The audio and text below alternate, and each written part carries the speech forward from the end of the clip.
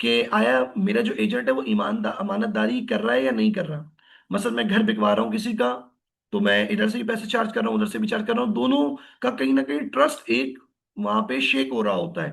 تو انسان کا متہم ہونے کا اندیشہ ہوتا ہے، یعنی اس کے اوپر کوئی تہمت نہ لگا دی جائے. ایک وجہ یہ. دوسرا یہ کہ اس کے اندر ایجنسی میں وساطت میں کوئی ویلیو ایڈیشن اگر نہیں ہوتی، تو ویلیو ایڈیشن کے بغیر کمانا بھی کوئی بہت زیادہ پسندیدہ کام نہیں ہے. صرف دو لوگوں کو کنیکٹ کروانا اس کی ایک قیمت ہو سکتی ہے، یہ ایک اچھی خدمت ہو سکتی ہے. لیکن جو آج کل ہمارے پریکٹس ہے، بھائی 2% آپ سے بھی لوں گا، میں 2% آپ سے بھی لوں گا، اور یہ والی صورتحال، یہ ریئل ایکٹیویٹی کو اسلام نے پسند کیا ہے. گڈز اینڈ سروسز میں، چاہے سروس میں ریئل ایکٹیویٹی ہوتی ہے کہ آپ بات کریں گے، آپ آئیں گے جائیں گے، اس کے بدلے کا آپ ایک فکس کاسٹ لے لیجئے. تو ہمارے یہاں ایجنسی کانٹریکٹ بھی بس جس سے وہ کہتے ہیں کہ جس کی جتنی پتلی گردن ہے وہ پکڑا جاتا ہے. فالس کلیم یعنی جھوٹے دعوے کرنا، قسمیں کھانا، جھوٹے دعوے کرنا، یہ چیز ایسی اگر وہ جھوٹا دعویٰ ہوگا اور وہ چیز ویسی نہ نکلی تو پھر شریعت نے حق دیا ہے کہ وہ چیز واپس کی جا سکتی ہے، اور شریعت نے اسے چھوڑا نہیں ہے، یعنی کہ اب آپ معاملہ ہو گیا، اب آپ مجبور ہو گئے. یہ چیز بڑی اہم ہے. اقالہ. اقالہ، اچھا مجھے ذہن میں آگے ایک جگہ میں نے دیکھا، پہلے آج کل بلیک فرائیڈے بڑا چلتا تھا، تو ایک مارکیٹنگ کمپین تھی، اس میں بلیسڈ فرائیڈے لکھا ہوا تھا. تو یہ اصطلاحات بڑی اہم ہے. یعنی ایسا نہ ہو کہ ہم اصطلاحات پہ توجہ نہ کریں. اصطلاحات بڑی اہم ہے. بس اوقات کا رہتا ہے کہ یار یہ بلیک فرائیڈے صحیح ہے، فرائیڈے بہت ایک خاص دن ہے، اس کو بلیک فرائیڈے کہنا کوئی بہت اچھی بات بھی نہیں. کوئی بولے گا کیا بات ہے، کوئی بات نہیں، ایک لفظ ہی تو ہے. تو دیکھیں ابھی میں آپ سے، آپ جناب سے بات کروں، اگر میں ابھی آپ سے تو تڑاک سے بات کرنے لگ جاؤں تو آپ کا، پھر آپ کو کیسا لگے گا؟ سننے میں اچھا لگے گا؟ کوئی شخص کسی سے بڑی پیار سے بات کرے آپ جناب سے، اور دوسری مرتبہ گالی دے دے، تب تیور بدل جائیں گے نا. اس نے کیا تو کچھ نہیں ہے، اس نے نہ ہاتھ مارا، نہ میرا کوئی مال چھینا، کوئی لفظ ہی بولا ہے. الفاظ کا اثر ہوتا ہے بہت زیادہ. تو بلیس فرائیڈے یہ اچھی اصطلاح تھی. خیر، مارکیٹنگ کے زمین میں یہ چیز ذہن میں آ گئی. اقالہ. اقالہ کہتے ہیں ریٹرن کرنے کو. یہ بھی ایک بڑا مسئلہ ہے ہمارے معاشرے میں. اسلامی معاشروں میں اگر آپ باہر ملکوں میں جائیں تو وہاں یہ لکھا ہوتا ہے کہ ریٹرن از ایکسیپٹیڈ، ریٹرن کر لیا جائے گا، لیکن یہ لکھا ہوتا ہے کہ بیچا ہوا مال نہ واپس نہیں کیا جائے گا. یہ غلط ہے. رسول اللہ فرماتے ہیں جو شخص اقالہ کرتا ہے، یعنی میں نے کوئی چیز خریدی اور میں نادم ہو گیا، یعنی ندامت ہوئی مجھے کہ یار مجھے یہ نہیں خریدنی چاہیے تھی، یا میرے پاس پیسے ختم ہو گئے، یا پھر یہ میں ابھی نہیں لینا چاہ رہا، اور میں واپسی آ کے کہتا ہوں کہ یار یہ آپ واپس کر لیں گے. واپس بیچنے کی بات نہیں ہو رہی ہے، واپس کر لیں گے. تو رسول اللہ فرماتے ہیں جو شخص اقالے کو قبول کرتا ہے تو اللہ تعالیٰ اس کو کئی ہزار درجے عطا فرماتا ہے. یعنی حدیث کے مفہوم اس طرح سے ہے. اقالہ اتنا زیادہ اہم ہے، لیکن اقالہ کی شرائط ہے، یہ اہم ہے. ممکن ہے آپ لوگ بولیں کہ جو ہمارے ہاں لکھا جاتا ہے کہ بیچا ہوا مال خریدا واپس نہیں کیا جائے گا، یہ بھی اخلاق اسلامی سے دور ہونے کی وجہ سے. بیچنے والے کا بھی، خریدنے والے کا بھی، یہ خریدنے والے کی وجہ سے ہوا ہے کہ اس نے یہ لکھنا شروع کر دیا. یعنی کیا ہوا؟ کپڑے بیچے، کپڑے گھر پہ گئے، شادی میں پہنا ہے، اس کے بعد دوبارہ اسے پیک کیا، واپس کر دیا. تو بھائی اگر اس کی منفعت ہی حاصل کر لیا، اور اس کو بیچنے والے کو کوئی، وہ بھی تو بیچے کے نفع کمائے گا نا، اور کیا کرے گا، اور اس کو کوئی نفع نہ ملے، تو پھر اس کا بھی حق بنتا ہے کہ وہ یہ لکھ دے کہ میں واپس نہیں کروں گا. اقالہ کی شرائط ہے. شرائط کیا ہے؟ کہ جو چیز بیچی جائے وہ بے عینی ہی واپس کی جائے، اس کو استعمال نہ کیا گیا ہو، وہ کم نہ ہو چکی ہو، اس میں کوئی عیب نہ پیدا ہو گیا ہو. تو یہ اقالہ کرنا مستحب شمار کیا گیا، اگرچہ واجب نہیں ہے. نہیں، میں کہہ سکتا ہوں کہ بھئی میں نے بیچ دیا، اب میں نہیں کر رہا، لیکن آداب کی رعایت کرنا بہرحال ضروری ہے. تو اقالہ کی شرط و شرائط کے ساتھ، مثلا بہت سارے آپ اسٹورز پر جائیں، امتیاز ہوتا ہے، چیز وغیرہ وغیرہ، تو وہاں لکھا ہوتا ہے 15 دن میں واپسی ہو جائے گا.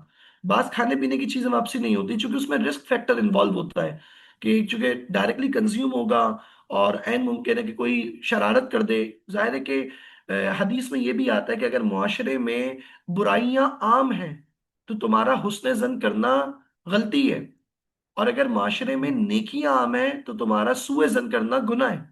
اگر معاشرے میں سب برائیاں کر رہے ہیں، اور ممکن ہے کہ بھائی کوئی زہر ملا سکتا ہے، کوئی چیز خراب کر سکتا ہے، تو پھر میں ہی کہوں گے نہیں نہیں مسلمان نے کیا ٹھیک ہے، یہ درست نہیں ہوگا. یہی قضیہ لگتا ہے ذبیحے پہ بھی، کہ بھئی ہمیں پتہ ہے کہ معاشرے میں لوگوں کو حلال و حرام کی اتنی کوئی رعایت نہیں ہے. اسی پاکستان میں بکرے کے گوشت کے نام پہ گدھے کا گوشت، کتے کا گوشت بیچا گیا ہے. تو یہاں پر اب یہ نہیں کہ نہیں نہیں ٹھیک ہوگا بس مسلمان کیسے لے لو. نہیں، آپ کوشش کریں، احتیاط کریں، ایسے لوگوں کے ساتھ معاملہ کریں جن کے اوپر یقین ہو کہ انہیں ذبح کے مسائل پتہ ہیں، انہیں پتہ ہے کہ حلال و حرام کیا ہوتا ہے. کیونکہ مارکیٹ میں ہمارے یہاں معاملات کے حوالے سے اتنی زیادہ آگاہی نہیں ہے. اگر آپ کو میری بات یقین نہ آئے تو آپ جا کے بقرعید میں 4 6 ذبیحے جا کر دیکھ لیں کہ کیسے کاٹا جاتا ہے، انہیں پتہ ہی نہیں ہے کہ روبہ قبلہ کرنا کیا ہوتا ہے، منہ میں گٹکا ماوا ہو، بسم اللہ پڑھی نہیں پڑھی، وہ پیچھے ایک بندہ بسم اللہ پڑھ لے اور یہ کاٹ دیتا ہے، اور ابھی جانور ذبح نہیں ہوا تو اس کی کھال بھی اتارنا شروع کر دیتے کہ اگلا جانور کاٹنے جانا ہے۔ یہ سب زیادتی ہیں، یہ دین سے دوری کا نتیجہ ہے۔ تو اس طرح خرید و فروخت میں بھی اقالہ اقالہ اس وقت ہونا چاہیے، یا شرط و شرائط ہو سکتی ہیں، اس وقت ہونا چاہیے جب معاشرے میں اخلاقیات رائج ہوں، یا پھر شرائط کے ساتھ ہوں، جیسے کہ بعض جگہ لکھا ہوتا ہے۔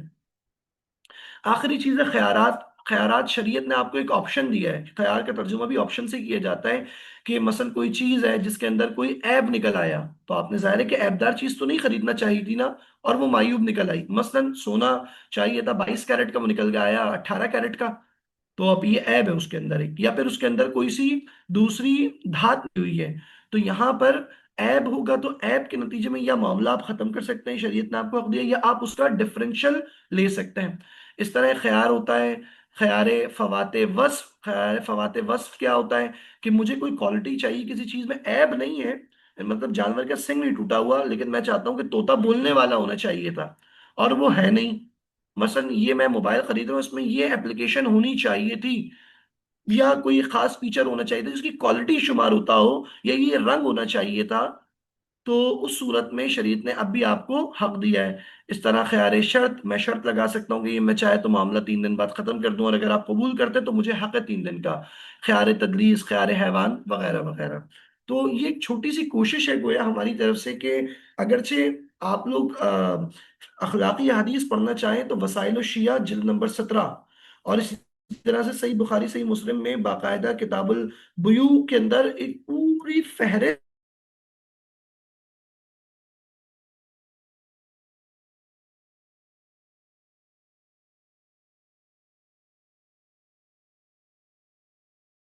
کل بھی حدیث بتائی تھی، میں کہ جو شخص تجارت کرتا ہے، من التجارہ بغیر فقہ، بغیر فقہ پڑھے، فقد ارتقما فی الربا، تو وہ ربا میں تو پڑ گیا۔ اور ربا کیا ہے؟ اللہ اور اس کے رسول سے جنگ۔ ربا کے 70 درجات ہیں، ان میں سے آخری درجہ یہ ہے کہ محارم سے زنا کرنا، وہ بھی بیت اللہ میں۔ تو سوچئے 69 اور جو درجات ہیں، 69 ریمیننگ جو اس کے سٹیجز ہیں، لیولز ہیں، وہ کتنے ہارڈ ہوں گے، کتنے سخت ہوں گے۔ تو سوچئے اگر کوئی ربا میں پڑ جاتا ہے تو وہ کتنی اور برائیوں میں ہوگا۔ تو جس طرح ہم نماز کے حکام پڑھتے ہیں، جس طرح ہم روزے کے حکام پڑھتے ہیں، اس طرح ہم خرید و فروخت کے حکام پڑھیں، جانیں، سمجھیں، کوشش کریں۔ ہمارے مزاج پیدا ہونا چاہیے کہ معاملات کے حوالے سے بات کی جائے، مدارس کے اندر معاملات کے حوالے سے بات کی جائے۔ آج نوجوانوں کے بڑے مسائل ہیں، اخلاقی مسائل بھی ہمارے معاشرے کے، جس کے شکار ہم سب ہیں۔ اگر یہ ہم باتیں نہیں پڑھیں گے تو یاد رکھیں اس کا شکار ہم ہی ہوں گے۔ کل کل کوئی ہمارے ساتھ اوور پرائز کرے گا، کل کوئی ہمارا اقالہ قبول نہیں کرے گا، کل ہمارے ساتھ ہی یہ مسائل ہوں گے کہ جب ہمیں مثلاً یہ جو ساری آپ کے سامنے باتیں ذکر کی، جو related to contract, related to contracting parties ہیں، یہ سارے مسائل پھر ہمیں بھی ہوں گے۔ ریلیٹڈ ٹو کانٹریکٹنگ پارٹیز، میرے خیال میں ایک سلائیڈ ہماری اس میں سے مس ہو گئی، جس کے اندر ظاہر ہے کہ بتایا گیا تھا کہ جو obbligations ہوتی ہیں دونوں کانٹریکٹنگ پارٹیز کی، وہ پوری کی جائیں۔ مثلا اگر آپ نے کسی کو سروس کے لیے لیا ہے تو سروس کے اندر اس کی جو ویج ہے اس کو وقت پیدا کیا جائے، روایت میں آتا ہے پسینہ سوکھنے سے پہلے دینا، یا اگر کسی کو وقت پہ ایک وقت دیا گیا ہے تو اس کا وقت ضائع نہ کرنا۔